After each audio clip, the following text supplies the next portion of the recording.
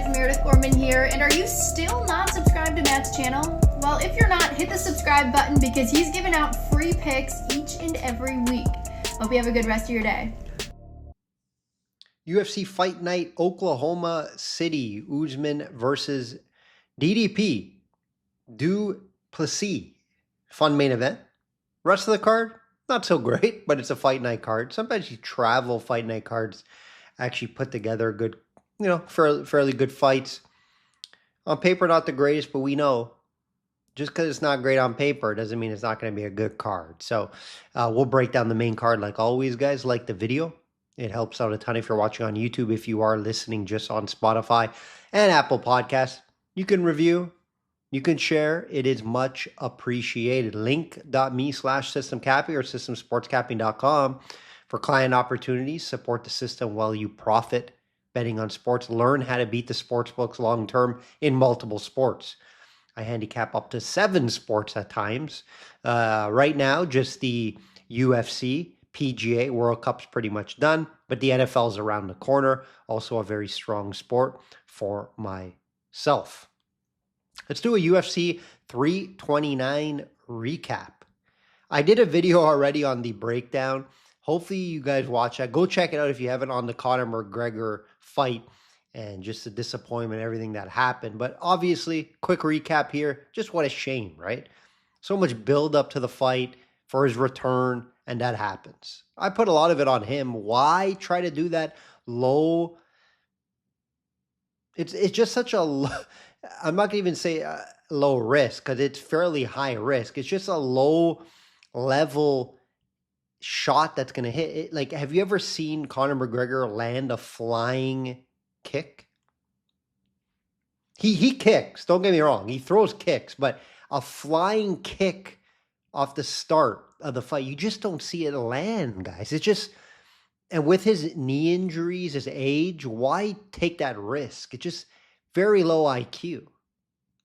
Why do that? Even if it lands, let's say somehow it lands, it's not hurting Max Holloway, right? It's just not worth it. And you can see it was proven to be true. I said in my video too, karma. All the drugs, all the alcohol, all the steroids, all the partying, the RAP allegations, it kind of came back to him. Go check out that video if you want to see more. We were on Max Holloway by finish.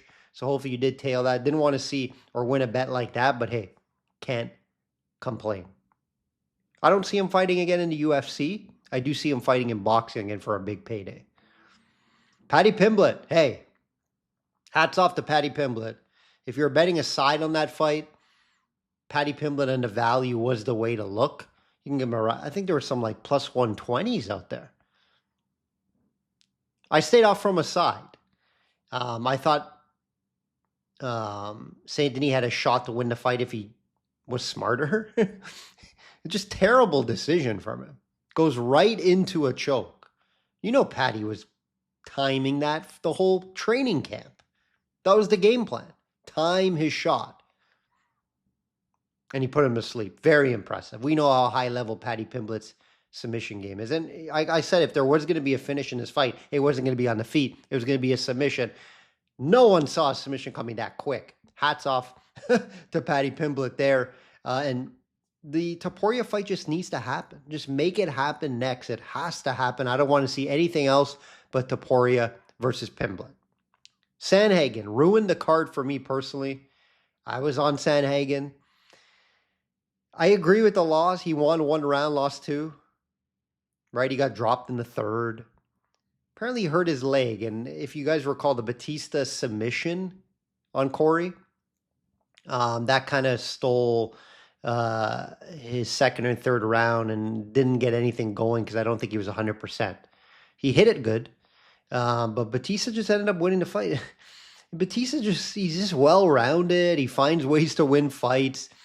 And Sandhagen, you can pretty much say, his shot at the title's done after that. And the shot at Sean O'Malley's just never happening. So tough for Sandhagen there to lose that fight. Tough for me too. I did like him. I had the over 2.5 rounds, which got there.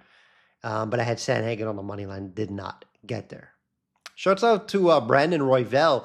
I mentioned in the podcast last week, if you were to bet a side, you could only play that side due to plus 180 value, right? Kavanaugh just hasn't passed the test. He hasn't beat a guy like Brandon Royval. And he was able to get it done. Kavanaugh now losses to Charles Johnson and Royval. So people that kind of thought that he was going to be the next big thing in his division, hold your horses. It's not going to happen. And King Green was the only way to look in that fight. Obviously, he got lucky, I would say. But Terrence McKinney just got hurt, couldn't finish him. And that's the way that Terrence McKinney was going to lose. Gas out, not able to finish a guy, and he loses. Hats off to King Green winning that fight at plus money. Only way to look if you were to bet that fight. Let's get into it, guys. Let's get into this card. Always shop around. Have multiple sports books. Get the best number out there. Get the best number. Have multiple sports books. It's a way to beat the sports books long term. Not just that way, but it's just one way that I always suggest. Don't just use one sports book, especially in the UFC. The lines vary a ton from book to book. Main event. DDP minus 245 versus Usman plus 200. Right off the bat, guys, value on Usman. Value on Usman doesn't mean I like him. I just think the price is wrong, right? When I do my own lines, which I always do before looking at the sports books, I had DDP minus 200, minus 185. So yeah, he should be favored. Why? A couple reasons. One, Usman's not going to have the physical advantage that he usually does in fights. I don't think he's going to have a significant wrestling advantage by keeping him down. Now, I do believe he can get him down, because DDP's takedown defense is not great, but he does have offensive wrestling as well. He does have grappling, right? DDP's takedown defense is 34%, guys. That's terrible. But he usually doesn't get laid on, right? And I don't see Usman moving up to 185. Remember, he's a 170-pound fighter. He's moving to 185. We already saw the stare down. DDP's a lot bigger. So I don't believe he's going to have that success of taking him down and holding him down. Getting him down, sure, but I don't believe he's going to have that success. Also with Usman, older now, right? 39. At the end of his career. Can't say he's done, though. Just coming off that Buckley win. But we know how poor Buckley's grappling and wrestling is. So not surprised there and how that fight played out. I don't believe Usman will be able to do that against DDP. DDP on the feet, Usman on the feet, I think it's fairly even. I think DDP may be slight favor due to his awkwardness and a little more volume than Usman. So yeah, like on paper, DDP would be my lean. It's just the price here. And I do believe Usman can win this fight. Very tough fight to call an outcome here. I could see low odds Usman finishes the fight. I don't see where he really does. DDP could finish the fight late, but, I lean more to decision. I like the over in rounds here. Fight to go to the decision. I can see that happening. We could see Usman maybe gassing out later in the fight. Again, 39. Obviously coming in good shape here. It's just, I can't be as confident on Usman here as I was. I did play him versus Buckley. I did think that wrestling advantage was going to come in factor here. Here, I just don't see it. I don't see Usman just manhandling DDP. Again, DDP bigger. DDP can wrestle, has offensive wrestling, can grapple. And I don't believe he's going to be able to do it for a long period in this fight. Remember, it's 5 rounds, guys. So, DDP, I do like. I just don't like the price. I can't bet him at this price. So, I'm going to be staying off a side here. I wouldn't call you guys... Or I wouldn't say you guys are wrong for backing Usman at plus 200 for a small unit. He has a shot to win this fight. I would say DDP wins this fight 65% of the time. So Usman has a very high chance of winning this fight.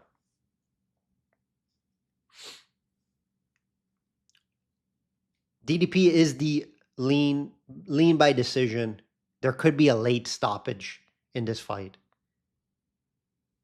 I like the over 4.5 rounds. Fight goes the distance. Over 3.5 as well. Hard to see like an early finish in this one, guys. I expect a lot of wrestling back and forth. some grappling, some striking on the feet. Neither guy has like knockout power on the feet. We have seen it from DDP. Just not going to get Usman with a knockout on the feet. It's low odds, very low odds. Again, it's a fight game. Anything can happen. We know that. It's just low odds. I have either guy getting knocked out in this fight. Just don't see it. That's the way I'm going to look at this one. Good fight. Good fight. Let's see what Usman has left. Let's see how he looks moving up to 185, actually fighting a big guy in DDP. Let's see how DDP bounces back. Co-main, Cannonier, plus 290 versus Leroy Duncan, minus 370. Now, I like Leroy Duncan in this fight. It's just minus 370. Come on, guys. I had him at like minus 200. It's the toughest opponent he's fighting yet. Right? He is on a 4-fight win streak. He just hasn't really beaten anybody. Like, he's beat, sure, I can give Dolitz is his best win, is his last time out, but Dolitz kind of fading away here. So I like Leroy Duncan. I think he's going to be faster in there. I think he's very well-rounded. He can grapple. Cannonier's 42 years old, guys. That's the issue here. He can still get in there. I think he still puts up a fight here. But I could see Leroy Duncan winning this multiple ways. I could see him finishing Cannonier. He does have some power on the feet. Sneaky submission game. Or he can win by decision as well. Tough to call an outcome here. Very tough. Very difficult picking out an outcome here. So I would have to only say Leroy Duncan money line. But Leroy Duncan money line is minus 370. I'm not in the business of betting minus 370 money lines. Even if I do, you guys know, you've been following me for quite some time. I do 2-fight parlays when it's a higher price guys that I like and I can't predict an outcome. This would be one of the cases, right? If I can find Leroy Duncan to pair up with somebody that a decent price back return, I'll do it because I like him enough, but outcome's tough here, guys. Outcome's tough. Can Cannonier win this fight? He could. Just low odds. The style's not good for him. It's not a good stylistic matchup for him.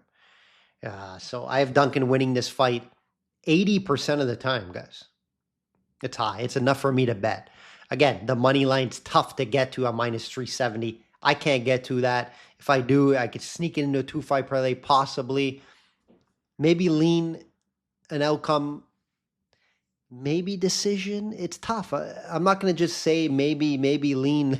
I don't know. I don't know an outcome here. So staying away. Duncan's the play on the money line. Hooper, another crazy price. Minus 340 for Chase Hooper, who just got knocked out in back-to-back fights versus Ramirez. Plus 270. I'll tell you why, though. This is the price here. Hooper obviously back up against the wall. Lose 3 in a row, not good. Right? It would be his first stretch of losing 3 fights in a row in his career. The UFC is giving him a gift here. A very winnable fight. This Ramirez guy, very low level. 0-2 in the UFC, knocked out in both of them. Was finished by leg kicks in one. So we know he's not a tough guy. I believe UFC is giving him a gift here to get back in the winner's circle. Like, fans like Hooper. UFC likes Hooper. If you can't beat Ramirez, you should call it quits.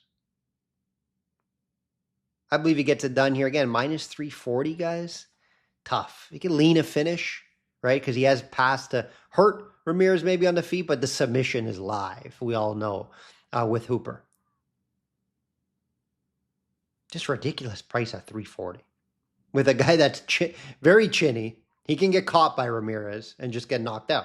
We've seen back-to-back finishes against better competition, though. Keep that in mind. Now, the Lance Gibson Jr. guy, I'm not going to say he's better than Ramirez, but I wouldn't say it's great competition. Hernandez, I get it. But Lance Gibson Jr., he's been fighting a lot for a while. His dad fought as well. So I'm not going to say it was a terrible loss, but didn't look great getting finished by him. Hooper's the play. The price sucks. I lean a finish, but not excited about it.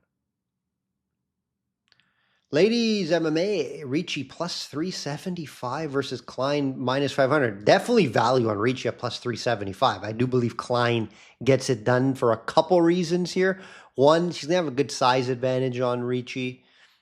Klein can grapple and wrestle. That's what Ricci likes to do, try to get the fight down to the ground.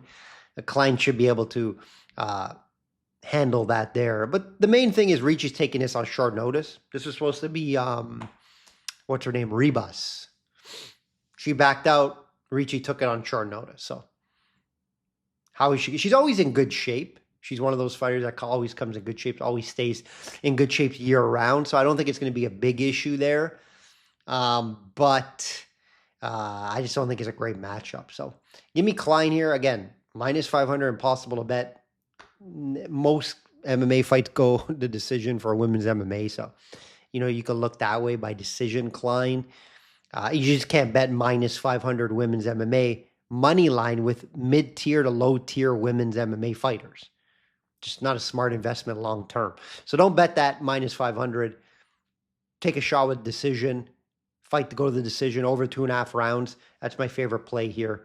Won't be betting this fight for clients. A fight that I might bet for clients is McMillan, minus 150 versus Montez, plus 125. O'Malley's prodigy is back. McMillan has shown to be very durable so far. Wild and not... The thing is more of like a bar fighter, like a scrappy fighter. So far, he hasn't shown good technique on the feet. But he does have some wrestling and some grappling. I'm waiting to see that. Maybe we see it here. I've seen him in his amateur fights. He has good grappling and wrestling, guys.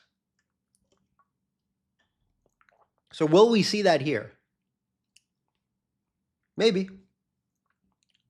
Montez, though, good grappler. Has a good submission game. So maybe McMillan will want to just make this a scrappy type of bar fight again. And that's what he excels in so far. Both his fights have been that. He's 2-0 in the UFC because of that. Montez 1-0 in the UFC. Low-level win versus Tercios. But these guys are at similar levels right now. And I think this price is correct. I would have McMillan maybe more minus 125, 130 favorite, but we're not far off here. I've seen enough from McMillan to back him here. I don't think Montez is really that great on the feet. Don't think he has really power to knock out McMillan. And McMillan does, from what I've seen, has good grappling. So I don't see Montez submitting him from what I've seen so far from both these guys. Two prospects. Lean is McMillan to find a way. I like the volume too. He does have some good volume on the feet, over 9 significant strikes per minute. That's very high. I think he just gets it done.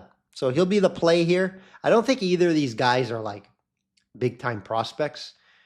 I don't think McMillan's like a O'Malley type of prospect, but I think he could be like a mid-tier, like hovering around the top 10, top 15 in his career. Just what I've seen from his skill standpoint, it's not great. It's more of I'm a dog. I'll be in fights. But when I fight high-level guys, I'll probably get outstruck. That's what it looks like so far. But he's still young. Let's see what happens. That will do it, guys. That will do it. Another UFC Fight Night card in the books. Love talking fights. You know that. I'll always be talking fights no matter what the card is. We rarely miss a card around here. Like I always say, bet smart and know your limits. Enjoy these fights.